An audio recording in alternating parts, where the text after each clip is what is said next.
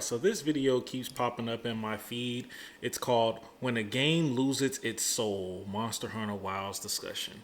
And you guys know how I love to go crazy on Monster Hunter Wilds crybabies. But maybe this guy isn't a crybaby. Maybe this guy's actually going to have some valid arguments for once in God's green earth. It's uploaded 12 hours ago, 1,000 views. Definitely check out this video. And the content creator Get Crunked, I like the name. So far, from the comments, I can tell a lot of people say this is a very high quality video. I didn't want to get spoiled, but one thing I will say is the title, When a Game Loses Its Soul. Whenever I hear that, whenever I hear the phrase loses soul, I feel like there's not really going to be a valid argument. Like an actual argument is going to be like, well, it's going to be a lot of feeling. It's going to be like, I feel like this, and this makes me feel that way, and that made me feel this way. It's not going to be like actual tangible, you know what I'm saying? Like actual tangible facts. That's 99% of the time when you see anyone say anything about losing soul, that's what happens. That's literally what happens. Sometimes it's not the case though, you know, like sometimes it's true. Like for example, the Disney remakes definitely lost their soul. So there's times, so maybe he's telling the truth here. So here's what we're gonna do. This video is 2 fucking hours long. I don't think I'm gonna be able to watch the whole thing, but I will try. But what I will say is I'm gonna give this guy 3 chances. 3 chances. If he tells 3 lies, whether he's aware of the lie or not, 3 inaccurate criticisms, I'm gone. 3 inaccurate criticisms, and I'm gone. Or 3 hypocritical criticisms, where his criticism is applicable to if not all other Monster Hunter games that he probably didn't have a problem with that most people didn't have a problem with. So those are the rules. 3 inconsistencies or 3 hypocritical criticisms. All right, let's go.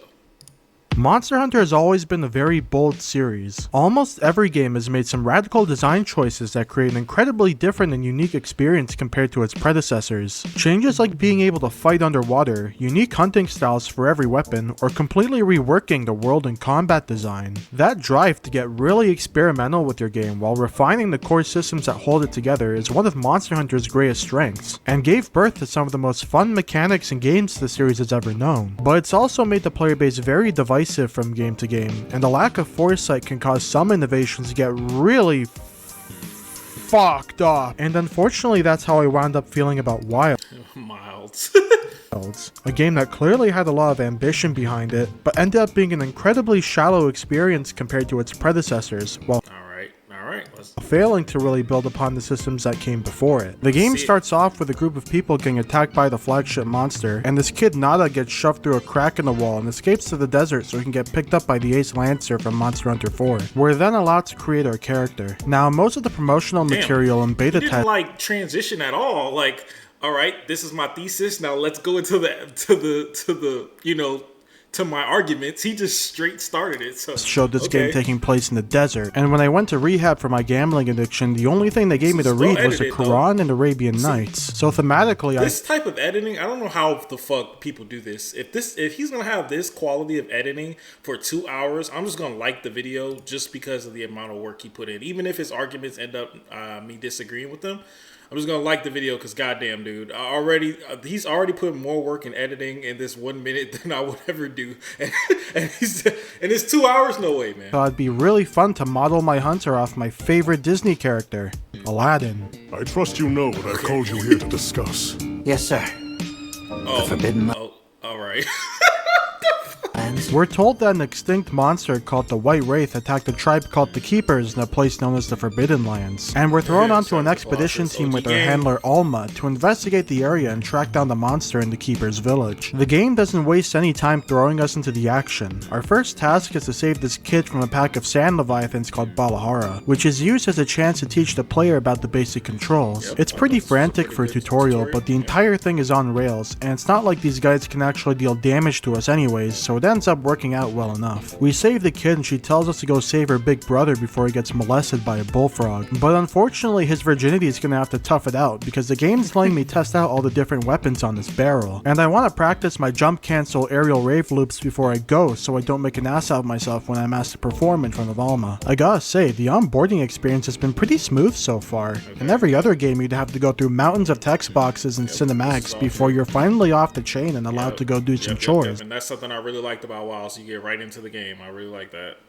But in Wilds, we're already out in the field with a weapon in our hands, ready to fight our first monster. I do wish they put a bit more effort into the training camp though. I play a lot of Insect Glaive, and this training dummy just isn't doing it for me. Normally Glaive unlocks its enhanced moveset after getting Red Extract, but in Wilds you need all 3 extracts to unlock your second moveset. The barrel gives you red, but there's nothing in the area that can give you white or orange, so you can't really practice with the Glaive here since you can't access half of your moveset. That's a valid criticism. There is another training area later on that gives us all 3 extracts, but first impressions are important, and you don't want to give people the wrong idea about a weapon because of a small design oversight.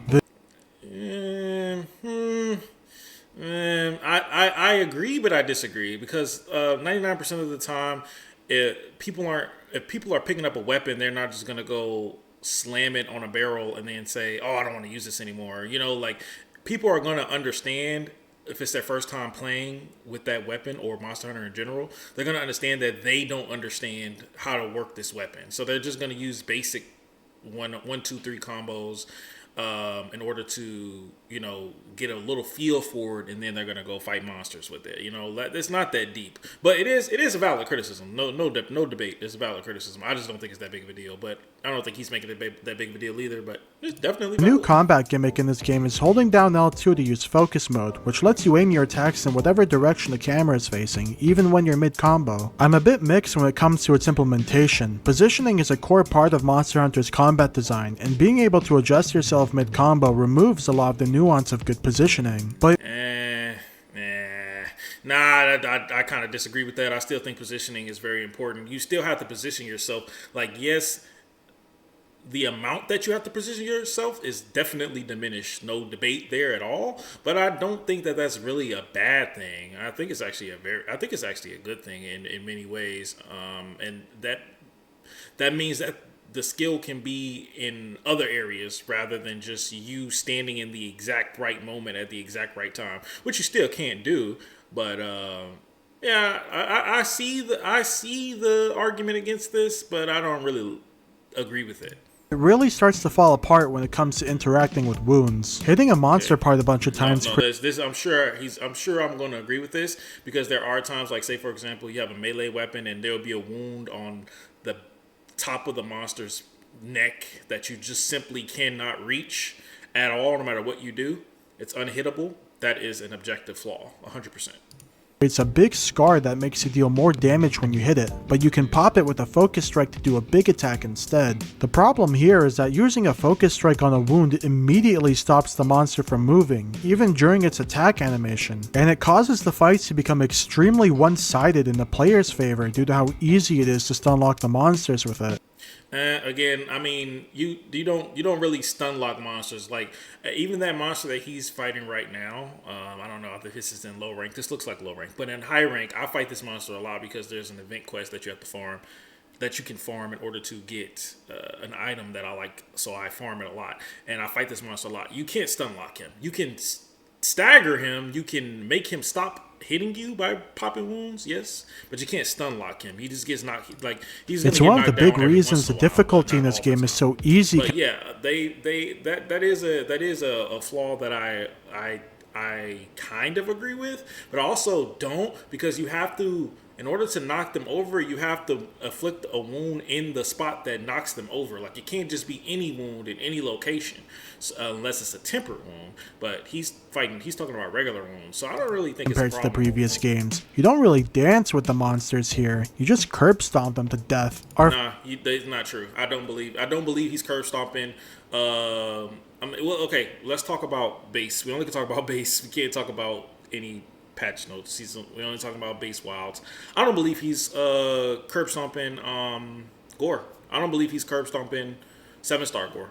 I don't believe he's doing that. I really don't. First monsters is Funky Frog Fella, Chotacabra. But the First early game, monsters sure. are really important But I for was- teaching players about The early game for sure, but I was cursed on the early game in World too, without any focus mode. I was cursed on in the whole game up until high rank. Who wasn't? common attack archetypes and game mechanics, but unfortunately Chotacabra just doesn't do it for me. His main attacks consist of him trying to slam you with his arms and lick you with his big tongue. The arm slams are incredibly slow and easy to avoid, and his Well, it's the first monster. What the fuck?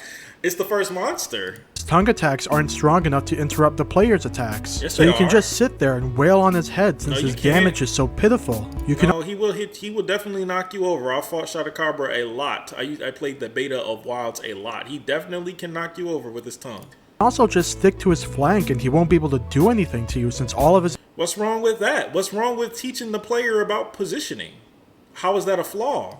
attacks come out from the front. Some people will say, oh, it's just a beginner monster. Yes. It's not supposed to be that complicated. Yes. But Capcom has already set the bar for itself by having really engaging beginner monsters in the past. Great Macau is probably the best example of this. I He's don't got know. all I didn't play these old ass games, but Great Jaggers was my first monster in Monster Hunter, and it was definitely easier than Chotacabra, or the same level as Chotacabra. kinds of different moves. He's got quick swipes and kicks to get you up front, and he'll start flailing around as a get off me move so you can't camp around his flank the entire hunt. He can also cover a lot of distance with his hip check, so you'll have to be mindful of your spacing if you need to go on the defensive to heal, especially when he gets enraged and gets access to his leaping kicks. He can also enter this special state where he starts bouncing on his tail, which lets him do his fast kicks or his big I mean, that's a lot for an early game monster. If you ask me, I think that's a little much. If you ask me, I think that's a little much for the first monster in the game. I'm not gonna lie. pounce move. It's a bit intimidating, but you can tell when he's about to do his big attack since it has a really distinct sound cue.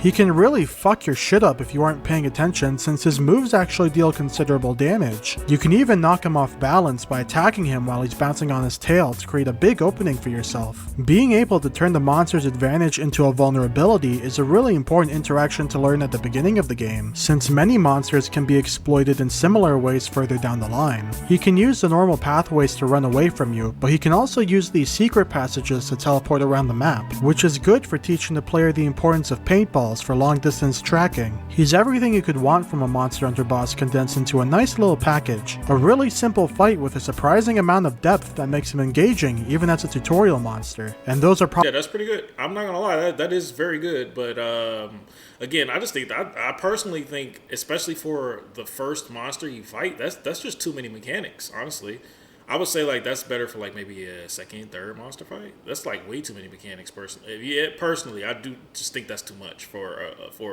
your first time ever fighting a monster.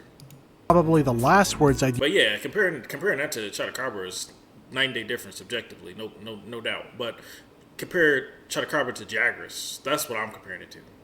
use to describe Chotacabra. The most interesting interaction he has is that you can focus strike his tongue when he gets tired to Yep. create a big opening for yourself. But he already spends most of the fight on the floor eating pavement while you bash his To be fair, probably, yeah. If you know how to play the game, definitely he's gonna be getting his ass beat, for sure. skull in, so it But I think him teaching the player, I think he's ignoring the fact that what he's teaching the player is situational wounds. All monsters in Wilds have attacks that leave them open to a focus strike that is situational. It's a situational wound. That's an example of one. So I think that's I think Chotacabra serves a very big purpose there. I just think that most people probably don't even notice or recognize that because of how easy he is, because they just beat his ass, like you said. So I do agree with that. feels I kind do of think redundant Chotacabra at is that easy. point. I'm He ends up sitting being here reduced to a lying. big punching bag, which we didn't really need since we already have two of them. It's a real shame too, because I really love his design. Yeah, I love He's his all design, bulky too. and I love his design too. It's my favorite starter monster ever. So I'm gonna be a little defensive of him. But yeah, lumpy he's like a definitely desert easy. toad, but the texture of his scales and his defined snout remind me a lot of Chinese alligators. Such a cool looking monster. Why'd they make him shitty? Anyways, we meet up with the girl's brother, Yusai, and he's all freaked out over how Okay, I'm gonna just skip the story stuff because I don't give a fuck about the story stuff. Hopefully, he doesn't really make criticism about the story stuff. because Welcome to Pakistan is crazy. Because all Monster Hunter stories are ass, and this is probably the best one. So. Gem chime stones. What a lovely name. Why do you call them that? Once we reach the fields. Just breathe through your shirt or something until we get there. Alma's gonna fucking die from carbon monoxide poisoning if we don't hurry up to Yisai's village. I'm starting to get nervous. To the villagers, we're outsiders. We don't want to do anything to offend them. It'll be fine. Just play it cool.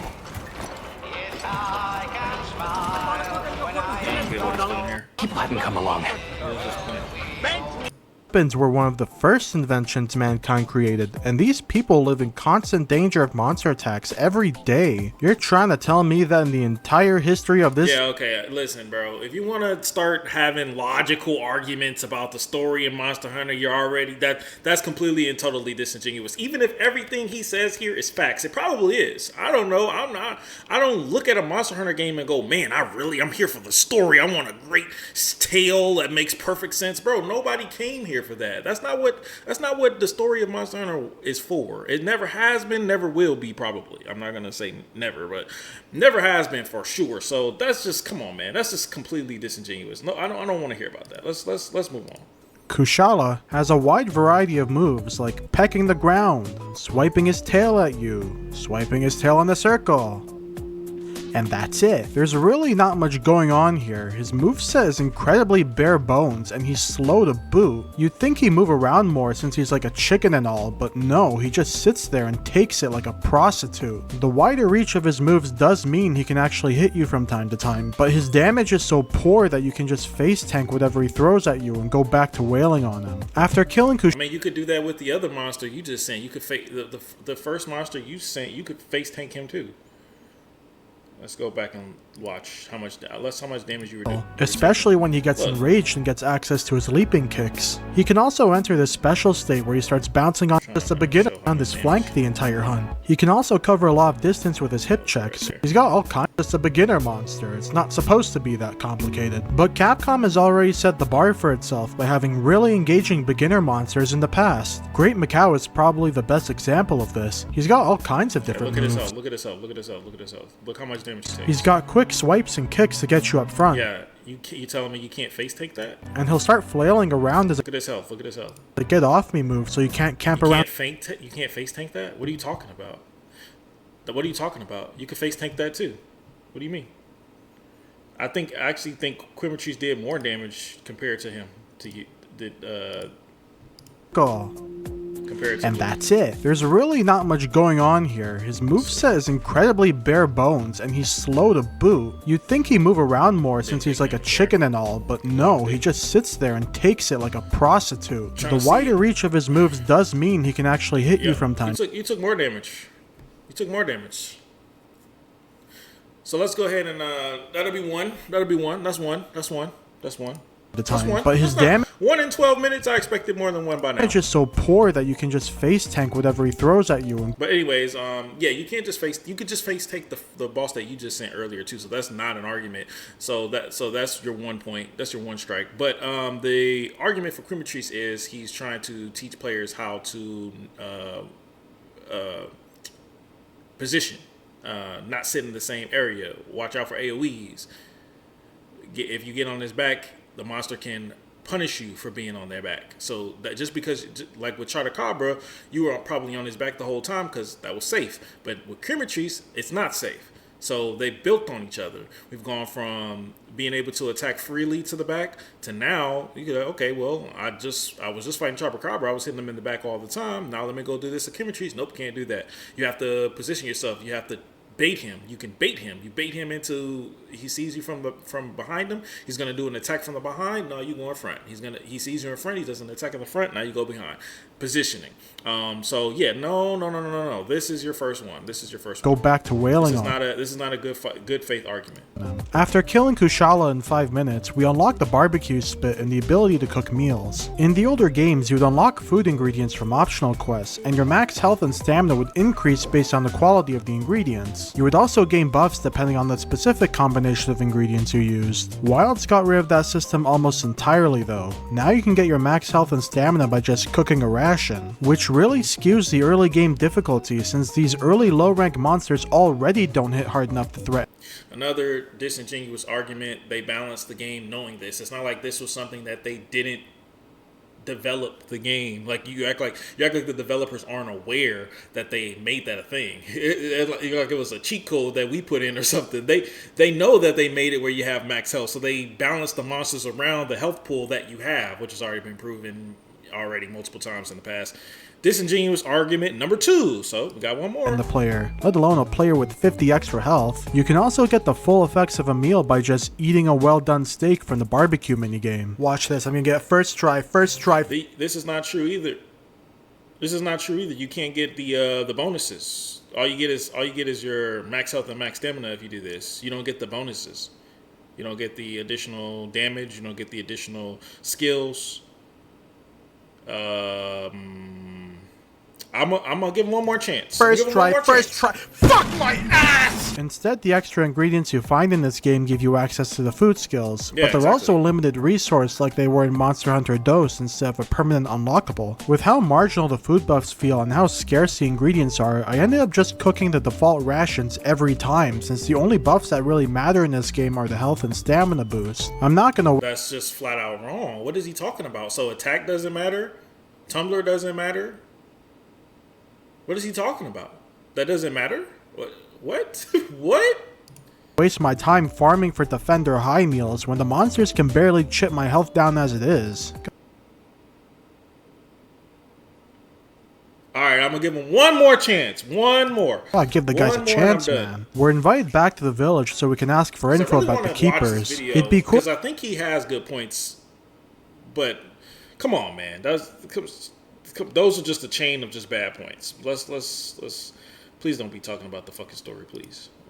Ray Dow covers its wings with to get its lightning rod powers, so it makes sense that the monsters are conditioned into being afraid of the sounds they make. We talked to the Elder and it turns out that nobody here knows shit about the Keepers, and that the only reason we came here was so that Capcom could show off how the RE engine renders food. But like, DMC5 came out 6 years ago, and at this point, I'm just so fucking over it, man. This scene really grossed me out, because I fucking hate watching other people eat. You ever sit down at a restaurant and the guy... Okay, you just... Come on, man. It's a skippable cutscene. You don't have to watch it. You can skip it, for one. For two, are you really complaining about this right now? Holy shit. Okay, this is just a nitpick. It's not actual criticism on its own. The game wants me to go to the Scarlet Forest, but I decided to go dick around and explore for a bit. I still can't get over how ugly this map looks. It's all gray and foggy, and the small oasis is the only landmark in this desert section. The rest is just empty. Capcom's made some... It's a desert. Really nice looking deserts in the past. I don't know what... No, it looks... That looks nice. This looks nice. I don't get it. What the fuck? What is nice about it? I don't understand. What's the... Yo, these... Alright, well, that'll be it for me. Hey man, it is what it is. People gonna hate us. I mean, yeah, come on, man. Come on. Like, at this point, what are we doing? What are we actually doing? Are you actually comparing this to this? And this is when, and this is in its worst state. This is when it's supposed to look desolate. That's the whole purpose. It's supposed to look like this. That's a design choice. They wanted it to look ugly, so and desolate and depressing, so that when the time of plenty comes, it looks beautiful. The game wants me... Like, what part don't you understand?